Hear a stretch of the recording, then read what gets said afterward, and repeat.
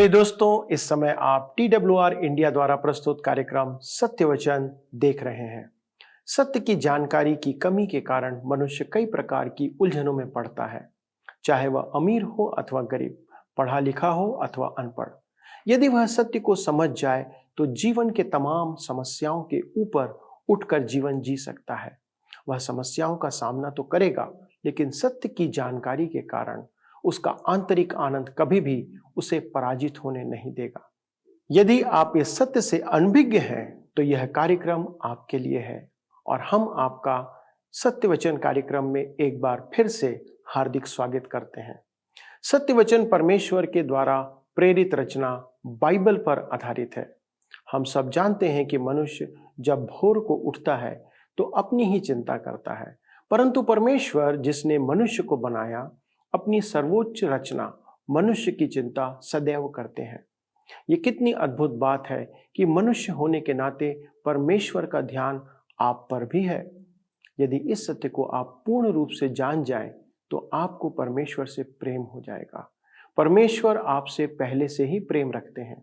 Bible का यह सिलसिलेवार अध्ययन सिर्फ आपके लिए है कि आप इस बात को समझ जाएं कि परमेश्वर आपसे कितना प्रेम रखते हैं। मित्रों, आज के अध्ययन से आप ये जानेंगे कि परमेश्वर आपके शारीरिक स्वास्थ्य की भी चिंता करते हैं। इससे पहले कि विज्ञान खोजकर्ता परमेश्वर के वचन ने पहले ही प्रकट कर दिया कि मनुष्य के लिए क्या खाना स्वास्थ्यवर्धक है। इस्राएलियों को शिक्षा देते हुए मनुष्य को ये बताने की कोशिश परमेश्वर करते हैं कि सब कुछ मनुष्य के लिए परमेश्वर ने बनाया है। यह परमेश्वर का आपके प्रति प्रेम है, प्रथम अभिव्यक्ति है। लेकिन जब वह हमारे लिए उचित खाने का निर्धारण भी करता है तो इससे पता चलता है कि वह आपकी कितनी अधिक चिंता करता है। सब कुछ हमारे लिए बनाया तो गया है, लेकिन सब कुछ खाने के लिए शायद उचित नहीं है। तो आज हम इससे संबंधित कुछ सत्य को जानेंगे। इस संबंध में बाइबल विभिन्न स्थलों पर चर्चा करती है। अतः संपूर्ण जानकारी के लिए पूरे अध्ययन में आगे आप बने रहें ताकि आप पूर्ण शिक्षा को प्राप्त कर सकें। तो आइए हम आज के अध्ययन को आरंभ करते हैं। मित्रों, आज हम अपने अध्ययन को लय व्यवस्था की पुस्तक 11 अध्याय उसके 1 पद से आरंभ करते हैं। लेकिन इसके पूर्व हम इसके विषय को देखें। विषय है परमेश्वर के लोगों का भोजन तथा पशु को छूने के द्वारा अशुद्ध होना। इसे हम व्यवस्था विवरण की पुस्तक उसके 14 अध्याय में पाते हैं। मित्रों, यह एक बहुत ही असाधारण अध्याय है। अब हम इस पुस्तक के मूल दिशाखंड अर्थात शाखा में आते हैं। इसका विषय बदल गया है। पुरोहितों से लोगों तक, परमेश्वर के बलिदानों से लेकर मनुष्य के भोजन तक, परमेश्वर की आराधना करने से लेकर इस संसार में चलने तक, यह परिवर्तन धार्मिक से निरपेक्ष अर्थात धर्म विरुद्ध तक बिना किसी गति या स्तर के बदल गए हैं। ऐसी कोई भी सोच या विचार नहीं है कि इसमें कोई नई बात या अलग बात है। मित्रों, आजकल हम धर्म व धर्मनिरपेक्ष में एक झूठा भेदभाव करते हैं। हम सोचते हैं कि यदि कुछ चर्च में होता है अर्थात कलीसिया में होता है तो वह धार्मिक है। यहाँ तक कि कलीसिया में होने वाली गपशप भी पवित्र समझी जाती है, विशेषकर प्रार्थना की जो विनती प्रस्तुत करती है। यदि गपशप कलीसिया के बाहर है तो वह धर्मनिरपेक्ष समझी जाती है। मित्रों, प्रत्येक कार्य या सब कुछ जो ईश्वर की महिमा के लिए है वह परमेश्वर की महिमा के लिए है। किसी ने इस प्रकार से कहा, मैं एक खाई सीधी और सच खोदना चाहता जिसे परमेश्वर पूर्ण रीति से झांक सके। मित्रों, आप धर्म और धर्मनिरपेक्ष में अंतर नहीं कर सकते, क्योंकि प्रभु की गति सर्वत्र है। हम उसे धर्म सापेक्ष या धर्मनिरपेक्ष कहें, वह कुछ अंतर नहीं करता। मित्रों, यह अध्याय अद्भुत है क्योंकि ईश्वर इस्राएली लोगों के लिए भोजन और व्यंजन सूची प्रकाशित करते हैं। वे कुछ वस्तुएं खा सकते हैं, परंतु जो व्यंजन सूची में नहीं है उसे खाना मना है।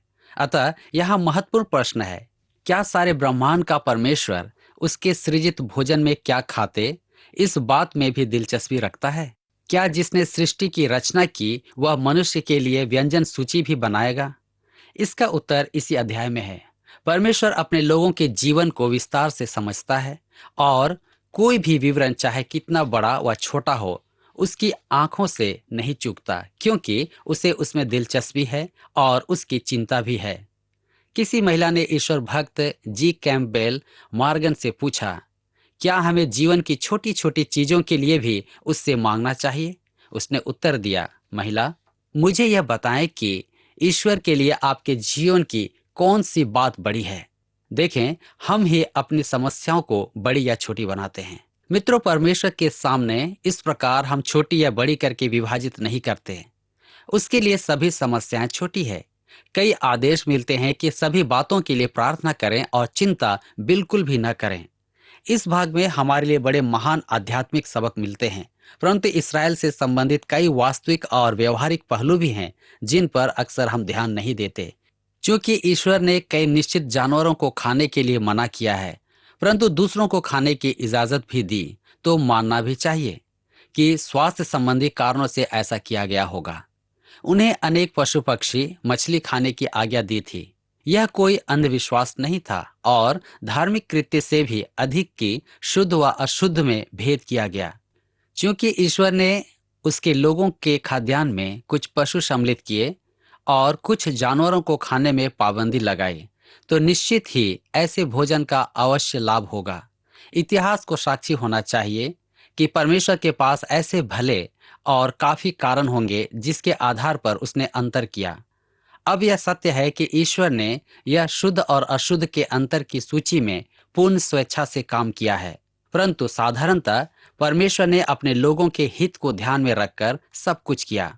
क्या इतिहास इस बात को प्रमाणित करता है?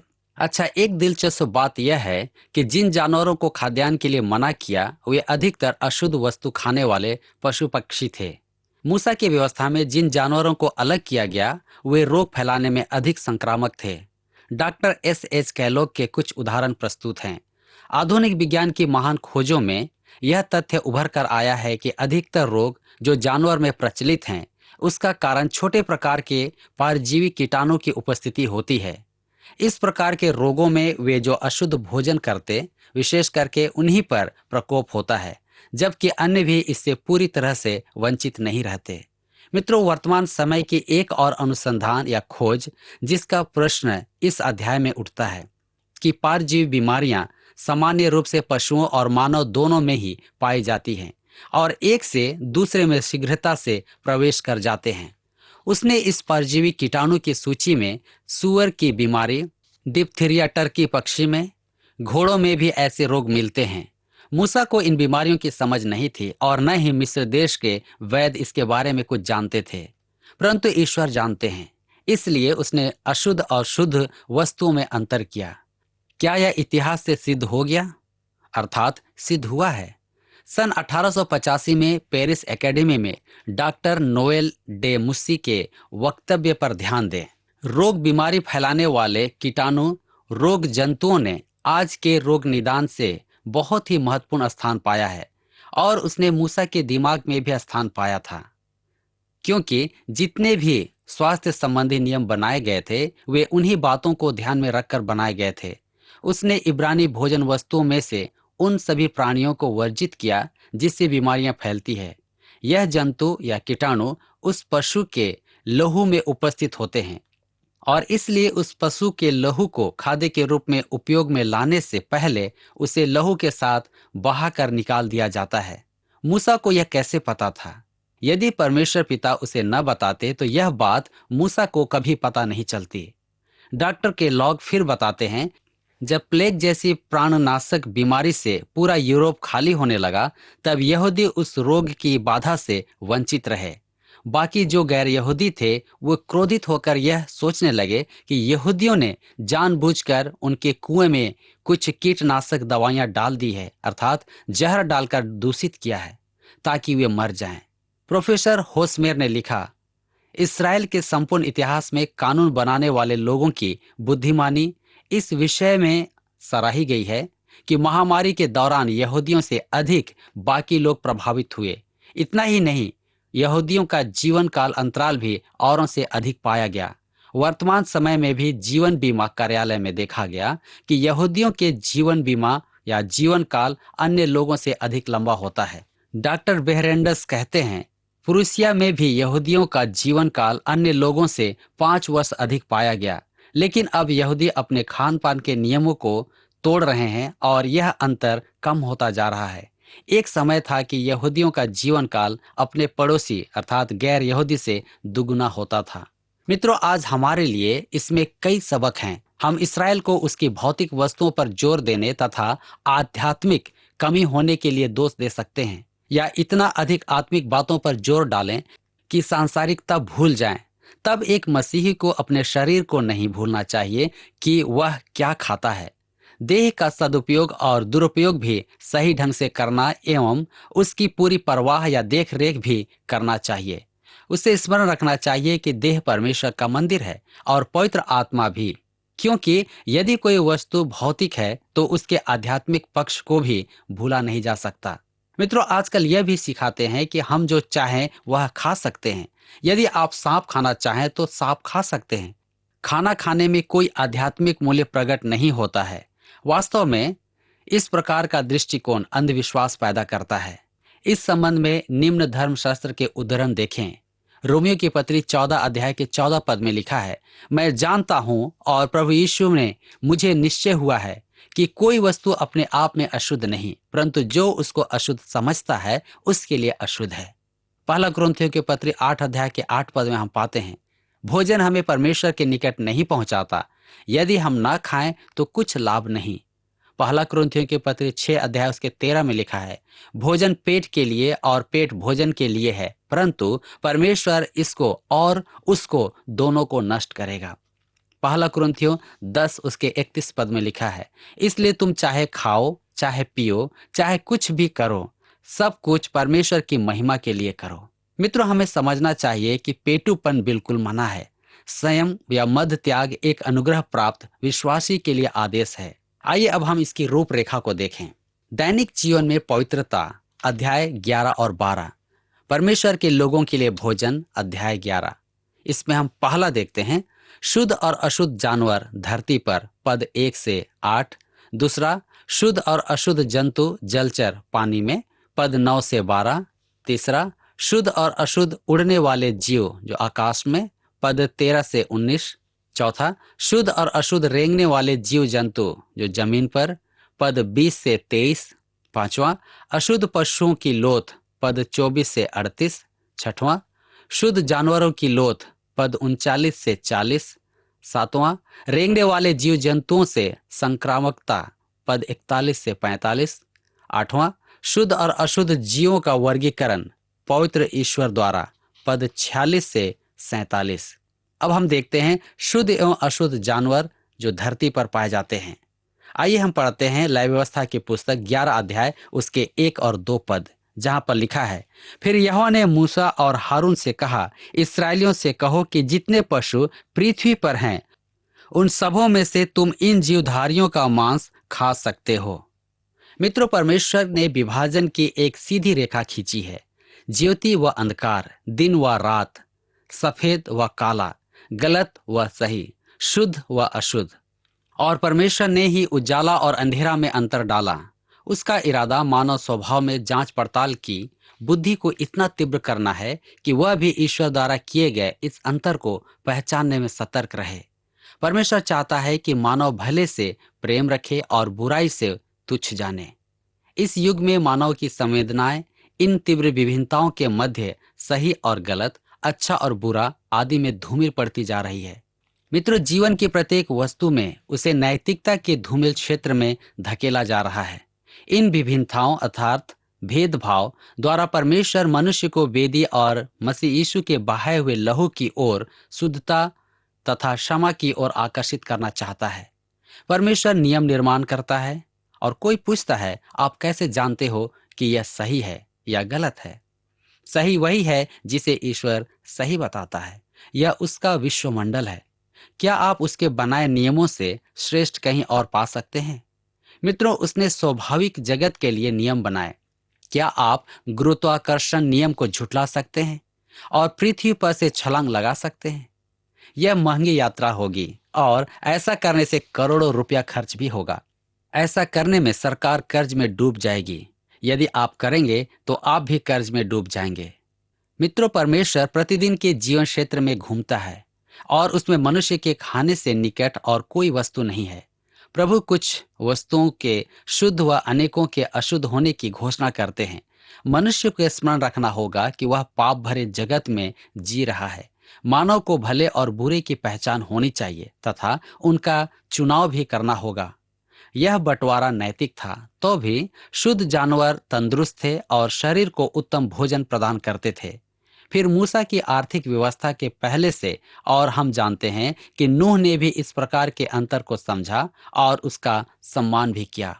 मित्रों, ध्यान देने योग्य बात यह है कि खाद्य पशुओं, मछली और पक्षी का चयन वर्षों पूर्व से आज तक सामान्य प्रचलन में है। यह कोई अचानक घटना नहीं है। ईश्वर ने अंतर किया और आप कुछ का प्रयोग करते हैं अथवा कुछ का प्रयोग नहीं करते हैं। एक दूसरी विशेषता कि कुछ जानवर उस क्षेत्र में उन दिनों में स्वच्छ स्वस्थ समझे जाते थे, जबकि दूसरे स्थानों में यह सच नहीं भी हो सकता है। आज ऐसा शुद्ध व अशुद्ध का कोई आदेश हमारे सामने नहीं है। इस अध्याय में अनेक नैतिक मुद्दे भी हैं। मानव पाप के संसार में रहता है। परमेश्वर चाहता है कि इस तथ्य की पुष्टि करे। चयन अर्थात चुनाव भी करना चाहिए। पतित मानव के लिए अर्थात गिरे हुए मनुष्य के लिए अदन की वाटिका के बाहर भी एक वृक्ष है, जिसके लिए ईश्वर कहता है कि उसका फल नहीं खाना चाहिए। मेरा मानना है कि नैतिक उद्देश्य प्राथमिक वही है। आपको स्मरण होगा कि पतरस के पास जब चादर उतरी जिसमें सब प्रकार के पशु पक्षी मौजूद थे, जब परमेश्वर ने उससे खाने के लिए कहा, वह तैयार नहीं था। प्रभु ने उससे कहा, जो कुछ परमेश्वर ने शुद्ध ठहराया है उसे तू अशुद्ध मत कह। प्रेरितों के काम 10 अध्याय उसके 11 से 15 पद में हम इसे पाते हैं। दूसरे शब्दों में ईश्वर नियम बनाते हैं। यह अत्यंत रोचक है।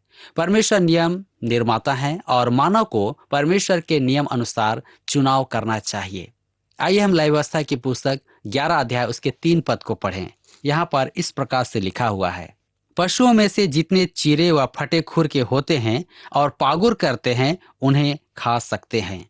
मित्रों, जिन जानवरों का खाद्य में उपयोग हो उसका निर्धारण इसी नियम से होता है। यह व्यवस्था विवरण की पुस्तक 14 अध्याय उसके 6 पद में दोहराया गया है। इसकी सूची में बैल, भेड़, बकरी, हिरन, चिकारा, मृग, बनेली बकरी, सांभर, नीलगाय और बनेले भेड़ हैं। लय व्यवस्था में कुछ ऐसे उदाहरण हैं जो नियम और सिद्धांत में अशुद्ध थे।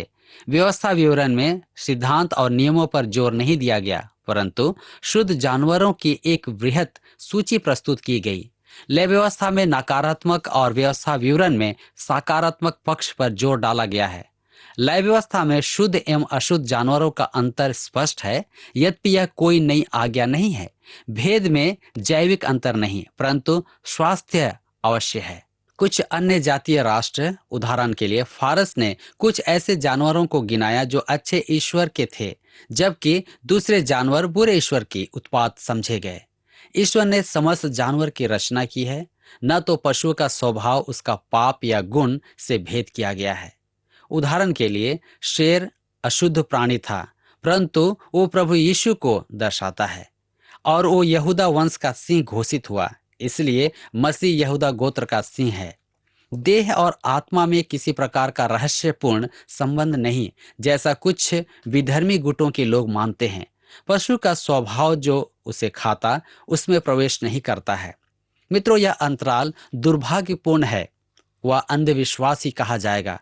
कुछ लोग मानते हैं कि सामिश व्यक्ति स्वभाव से दुष्ट बन जाता है, परंतु मैंने कुछ ऐसे शाकाहारी लोगों को भी देखा है जो अत्यंत नीच प्रवृत्ति के होते हैं।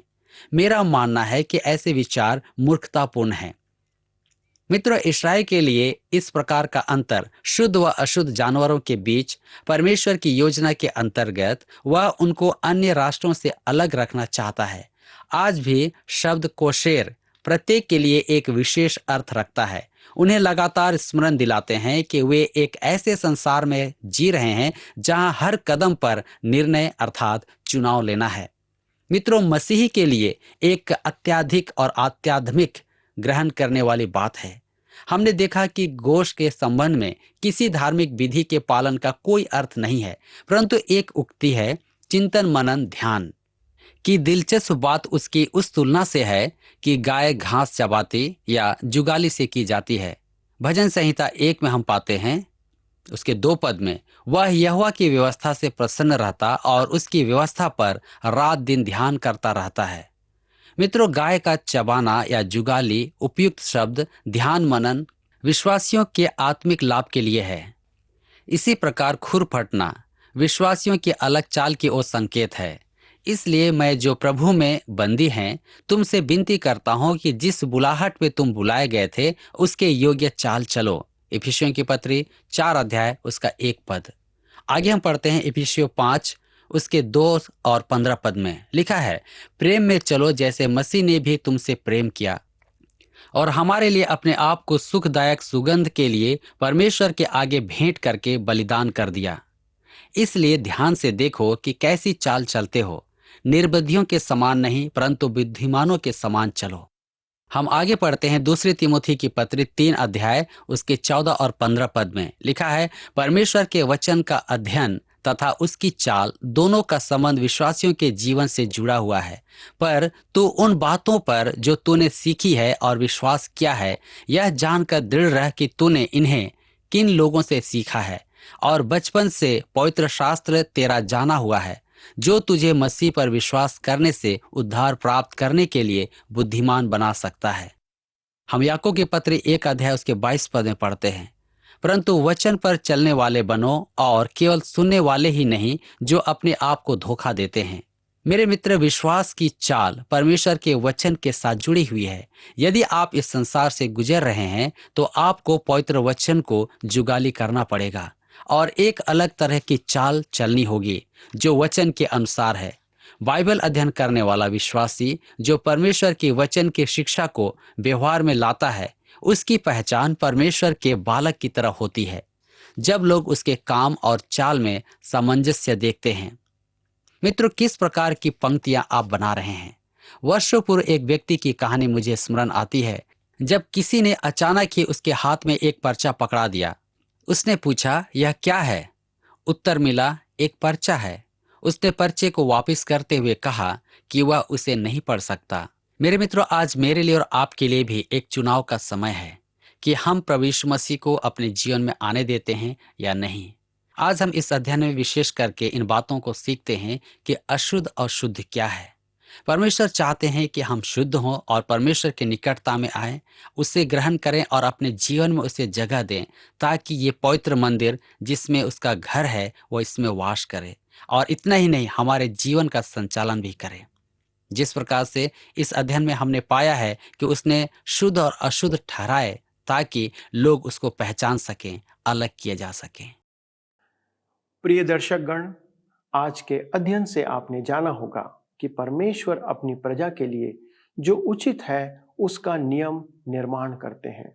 आज विश्वासियों के लिए शुद्ध और अशुद्ध का कोई आदेश नहीं है जैसा इस्राएलियों के लिए दिया गया था, लेकिन फिर भी हमारे स्वास्थ्य से संबंध में और नैतिकता के संबंध में आज भी चुनाव उपलब्ध है। आपके शरीर के लिए क्या सही है और क्या नहीं आप जानते हैं। यदि आपके शरीर के लिए कोई खाने की चीज उचित नहीं है और स्वाद के कारण आप उसे खाते हैं तो ये आपके लिए पाप है। जैसे कि याकूब 4 उसके 17वें वचन में लिखा है, इसलिए जो कोई भलाई करना जानता है और नहीं करता उसके लिए यह पाप है। चाहे यह आपके लिए भलाई की बात हो अथवा किसी दूसरे के लिए हो, कुछ खाना आपके लिए नुकसानदायक नहीं है, कुछ आपके लिए नुकसानदायक भी है। परमेश्वर ने आपको विवेक दिया है, आप उसका उपयोग करें ताकि इस प्रकार से आप परमेश्वर को महिमा दे सकें और उसके वरदानों का आनंद ले सकें। परमेश्वर आपको आज के अध्ययन से निर्णय लेने की क्षमता प्रदान करे। आइए हम प्रार्थना के साथ समाप्त करें। हमारे स्वर्गीय पिता, हम आपको धन्यवाद देते हैं कि आपने हमसे ऐसा प्रेम किया कि हमारे लिए अपने पुत्र को प्रभु यीशु क्रिस्ट को दिया। और पिता परमेश्वर, हमारे शारीरिक जीवन के लिए आपने नियम निर्धारित किए कि हम किस प्रकार से कौन कौन सी चीज़ों को अपने जीवन में ग्रहण करें।